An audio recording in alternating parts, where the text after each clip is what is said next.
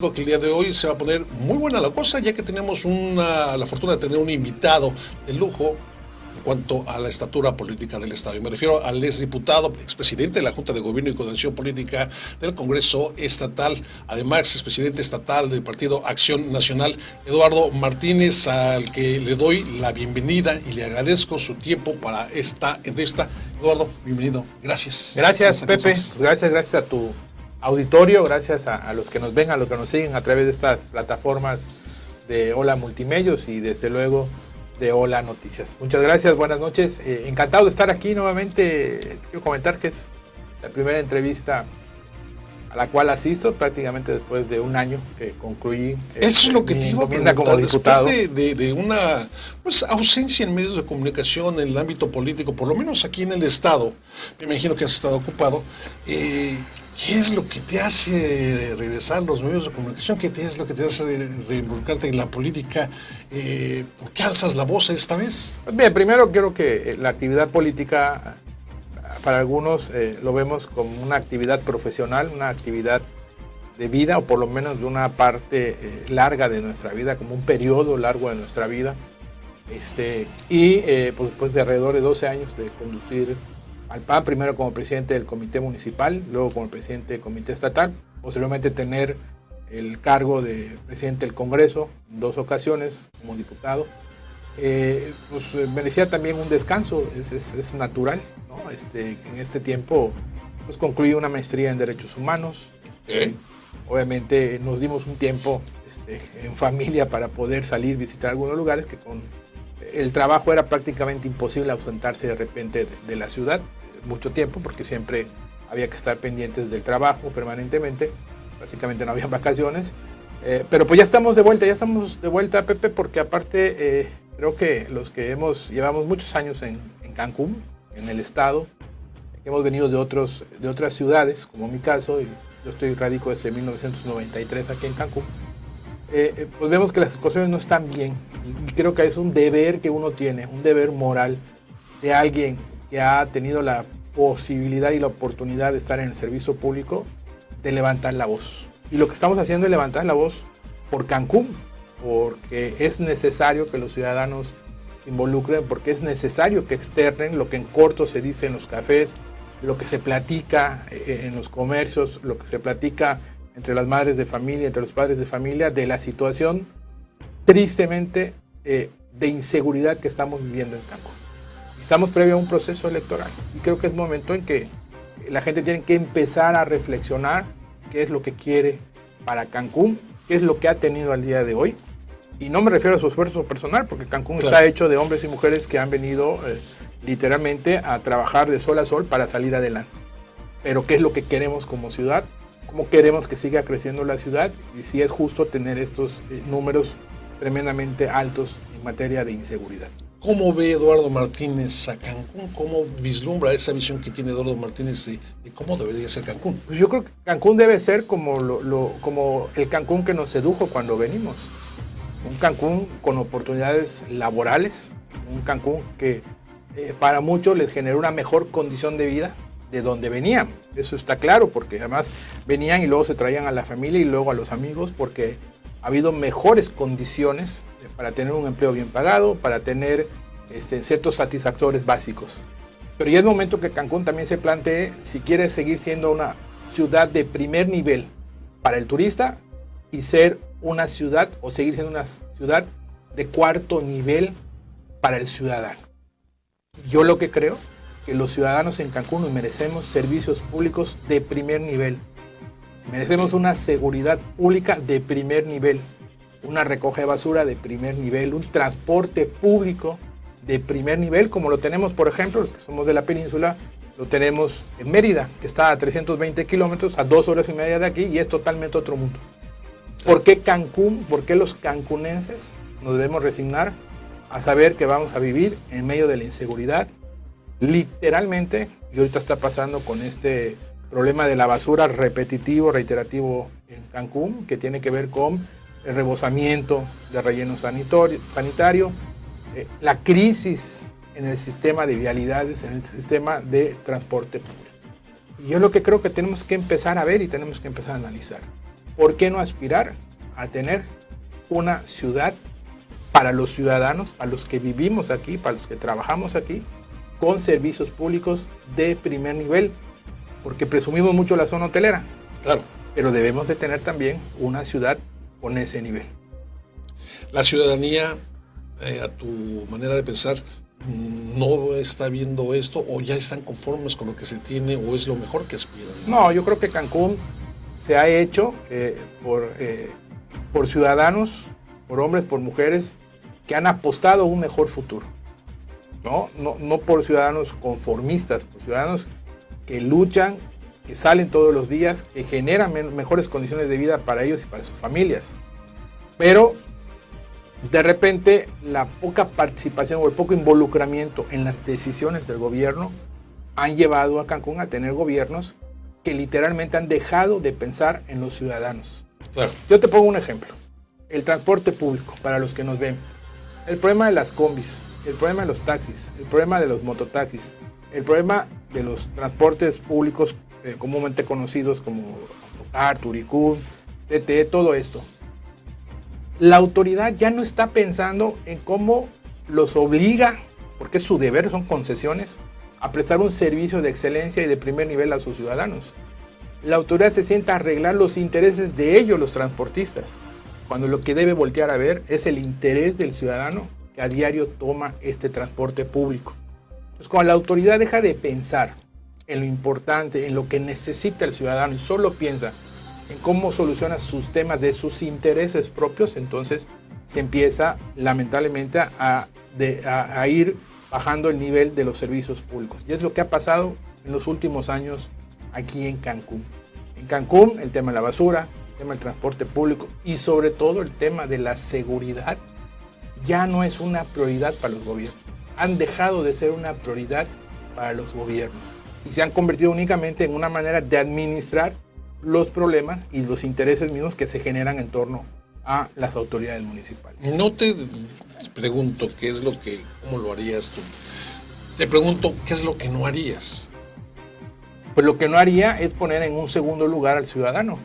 Okay. Lo que no haría sería debatir los intereses de las empresas transportistas por encima del interés del ciudadano o de las empresas recogedoras de basura o de los concesionarios de la recogida de basura. Yo dejaría de estar viendo los intereses de ellos y vería el interés del ciudadano. Y entonces la empresa que pueda adecuar a los intereses de los ciudadanos sería la empresa, o serían las empresas que podrían prestar ciertos servicios públicos municipales. Claro. Y otra cosa importantísima, Pepe, la prioridad se ve en cómo tú inviertes el dinero de un ayuntamiento. El ayuntamiento de Benito Juárez tiene un presupuesto, no sé, 5,000, 6,000 millones de pesos, y no es posible que no tengan, por ejemplo, dinero para que tengamos semáforos que funcionen.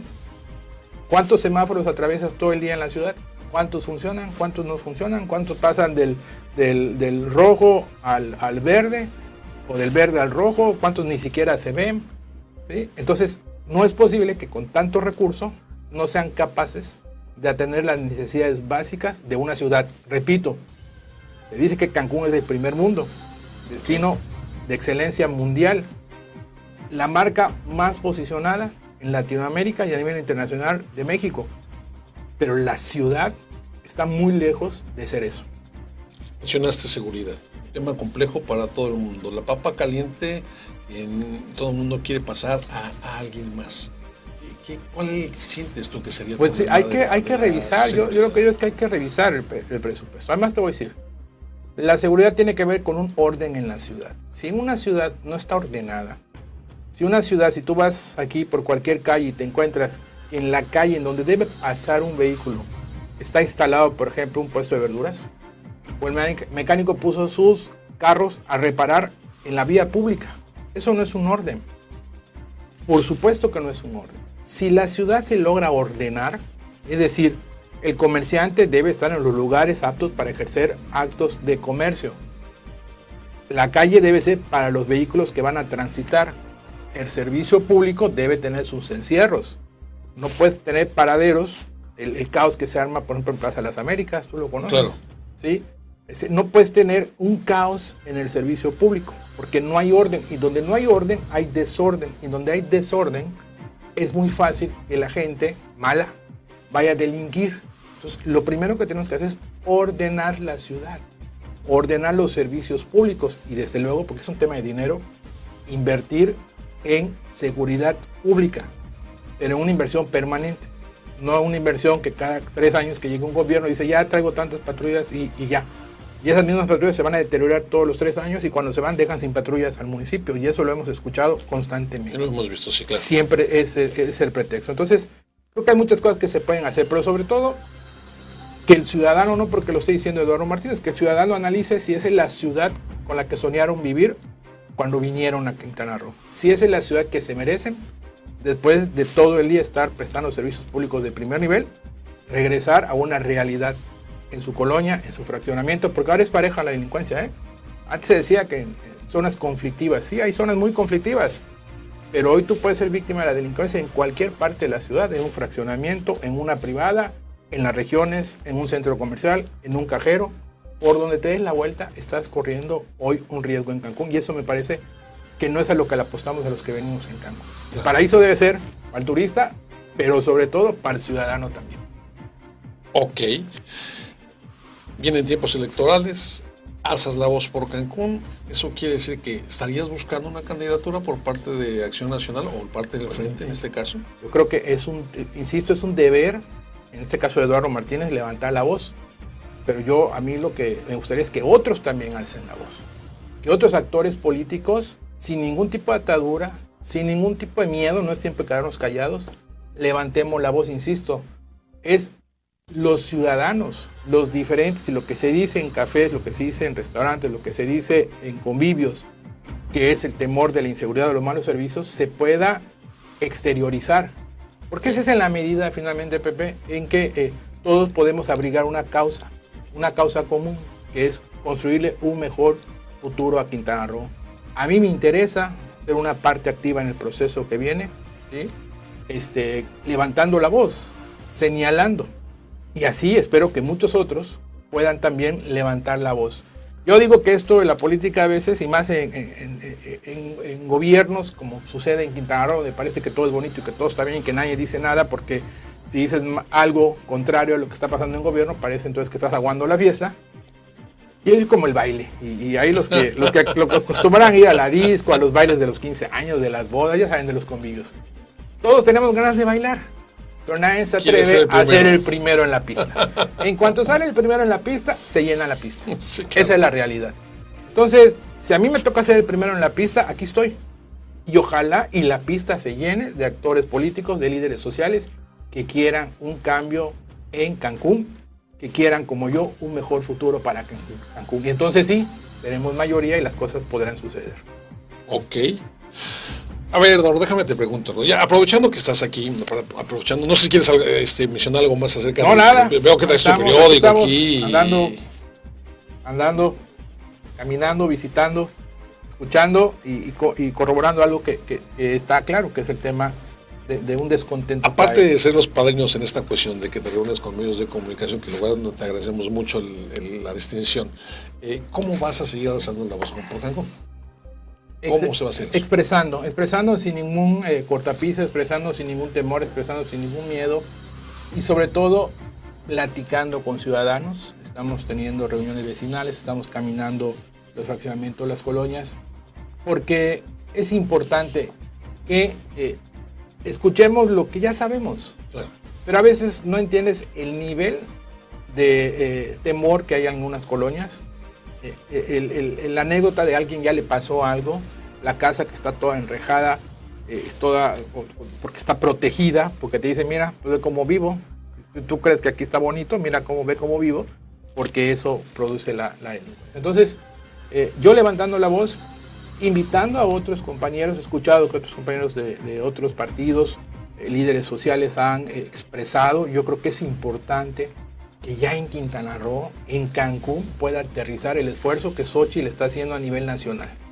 Pues Xóchitl es nuestra precandidata del Frente Amplio por México y que es importante que ya en Cancún, un Frente Amplio por Cancún, un Frente Ciudadano por Cancún, también levante la voz para dar prácticamente el banderazo y ya entonces podamos todos en equipo, junto con nuestros dirigentes de los 3 partidos que forman este frente, podamos, valga la redundancia, hacer frente a esta situación que viene y a sacudir al ciudadano de Cancún, a que voltee a ver y que reflexione si esto es lo mejor para Cancún, lo que está pasando, o lo mejor es el futuro que puedan tener, ¿sí?, en el momento que ya se abran oficialmente los procesos electorales locales en Quintana Roo.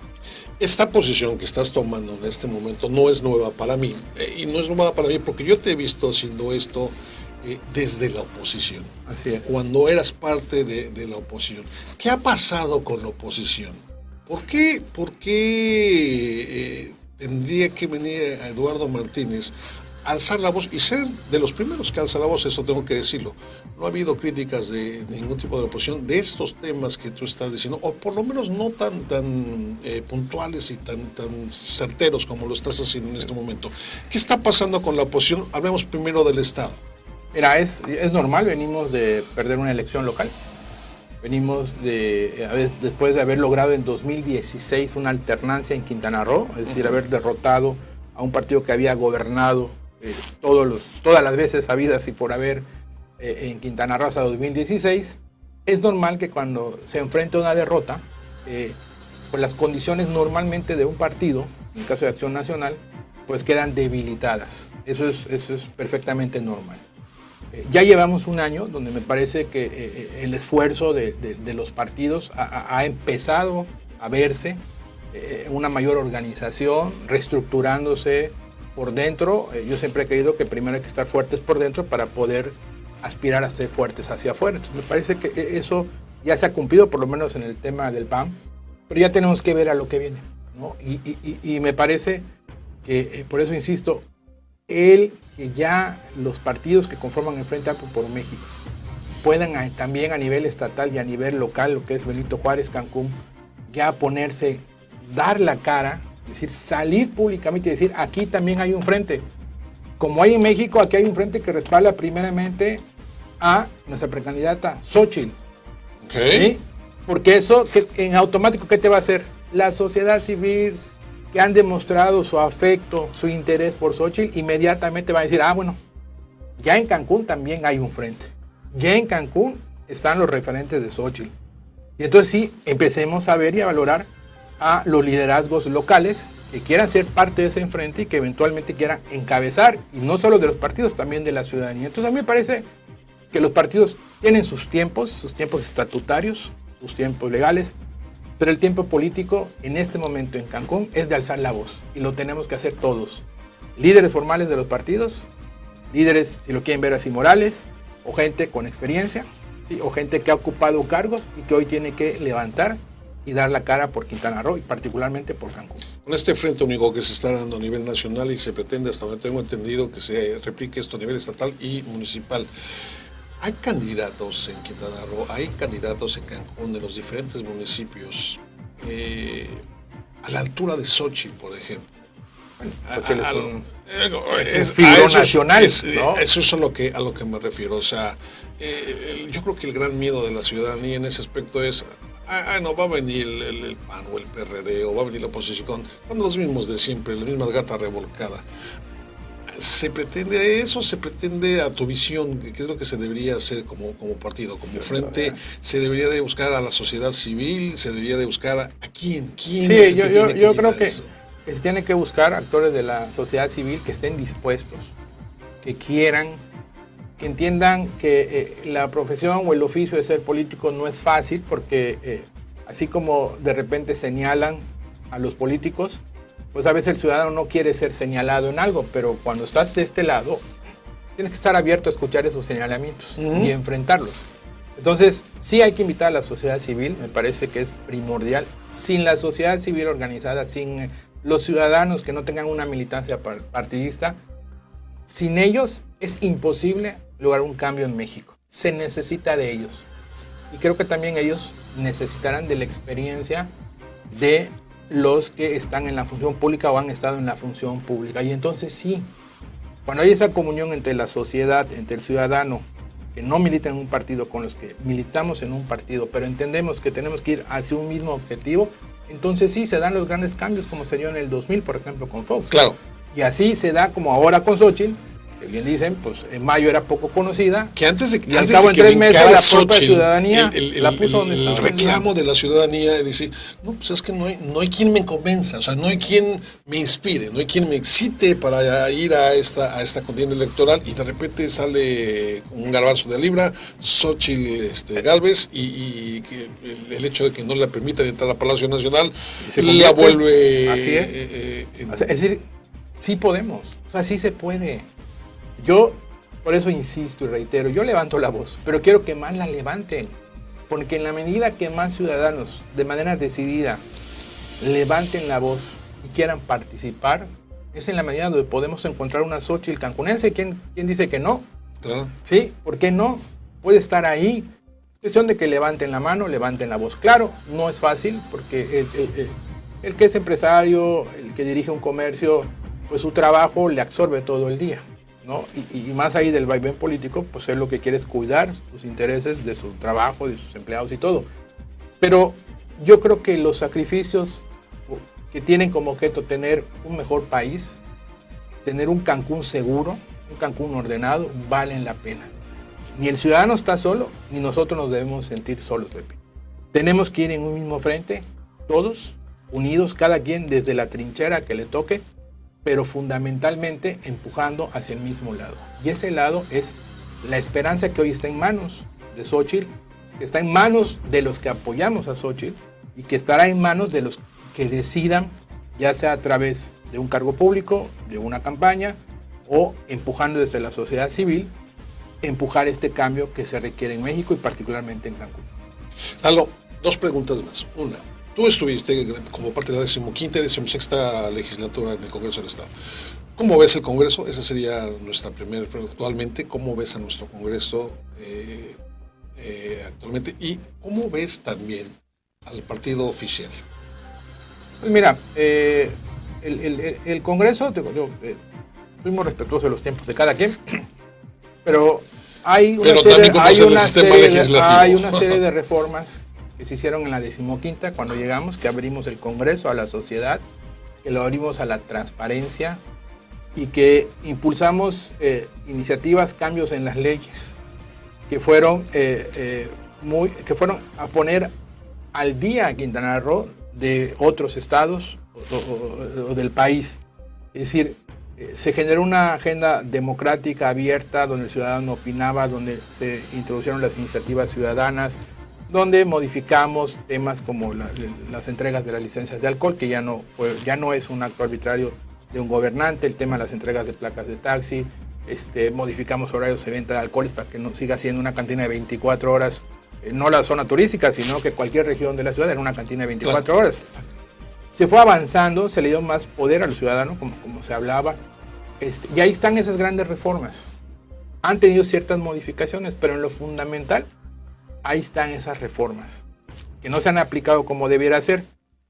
Lo que te trato de decir es que cada congreso tiene su momento histórico en el que le toca participar. El momento histórico que le tocó a la 15ª, que me tocó junto con otros compañeros encabezar, era un momento histórico de cambio, de alternancia, y que tenías que poner al Congreso de Quintana Roo al día y a la vanguardia en materia de transparencia, en materia de participación ciudadana y en materia de rendición de cuentas, y creo que lo hicimos y lo hicimos bien.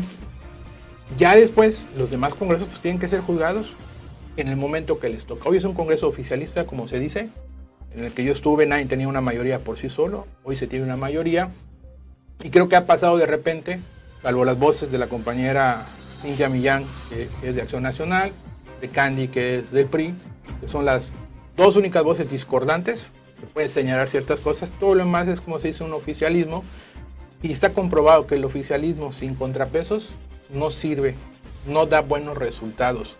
Podrán hacer algunas cosas buenas, pero en términos generales, al no tener contrapeso, es muy fácil que se equivoquen en ciertas decisiones. Pero bueno, al final del día, pues ellos como nosotros podremos ser valorados, ya pasado el tiempo y en comparación de anteriores legislaturas. Te preguntaba por Morena y te amplio la pregunta. ¿Morena es invencible? No, no es invencible. A ver, yo le quiero decir a quien me está viendo algo muy sencillo. Se los pongo así, numéricamente, casi con peras y manzanas, como decíamos en la primaria. En Cancún, de cada 10 ciudadanos que pueden ir a votar, solo van a votar normalmente 4. Y de esos 4, solamente 1.5 decide quién gobierna, digamos que Morena. Pero los otros 2 decidieron por otros partidos. Y los otros 6, para completar los 10, ni siquiera fueron a participar. Es decir, están ganando con la minoría, que es donde ellos tienen el control a través de sus programas clientelares, famosos programas del bienestar, que es la manera en que coaccionan o condicionan el ejercicio del voto. Es una realidad aquí donde lo quieran ver. Que digan que no, pero esa es la realidad. No es invencible si los ciudadanos salen a votar. Con que salga a votar 6, 7 ciudadanos de cada 10, con eso y ese ciudadano que es libre de tomar su decisión, ese es el voto y ese es el mejor antídoto para los que no estemos de acuerdo con las políticas que está generando la famosa 4T, o en Cancún, el verde, porque finalmente pues, el gobierno es del verde, la presidenta municipal es del verde. Entonces, no es invencible, es le tiene miedo a la competencia y entonces anda desesperado este partido, Morena, buscando a quién sumar, a quién jalarse de la oposición y llevárselo. Me parece algo totalmente pues mezquino en ese aspecto, pero peor quienes aceptan esas invitaciones, también eso es cierto. Entonces, los que nos mantenemos de este lado, los que creemos que sí es posible, porque numéricamente lo es, ¿qué tenemos que hacer ahora? Convertir eso en un sentimiento, convertir en una motivación, para que mayoritariamente cuando se salga a tomar la decisión, sea la mayoría de los cancunenses y no la minoría quien decida quién va a gobernar. Y en este caso está comprobado, cuando sale la mayoría, este tipo de gobiernos y de partidos como Morena y como el Verde pierden las elecciones. Lo hicimos en 2010. 2010, cuando en esos tiempos el PRI era el todopoderoso, PAN y PRD, ganamos. Por cierto, yo era el presidente del comité municipal y ganamos por primera y única vez el municipio de Benito Juárez. Es decir, ya lo hemos hecho antes, lo podemos hacer nuevamente. Eduardo, te agradezco mucho que hayas tenido el tiempo para estar con nosotros y platicarnos acerca de todos estos criterios, y te vamos a estar molestando para que nos platiques cómo va ese alzamiento de voz por Cancún y cómo va esta cuestión con la oposición. ¿Algo más que quieras agregar? No, nada más enviar un saludo al auditorio. Me siento muy contento de estar nuevamente, poder dialogar con el ciudadano a través de tu noticiero, Pepe, y insisto, hay que levantar la voz. No es tiempo que nos quedemos callados. Cancún merece un mejor futuro. Muchas gracias. Eduardo Martínez, militante del Partido de Acción Nacional, alzando la voz por Cancún. Gracias por estar con nosotros. Vamos a un corte y regresamos en un momento más aquí en Hola Noticias.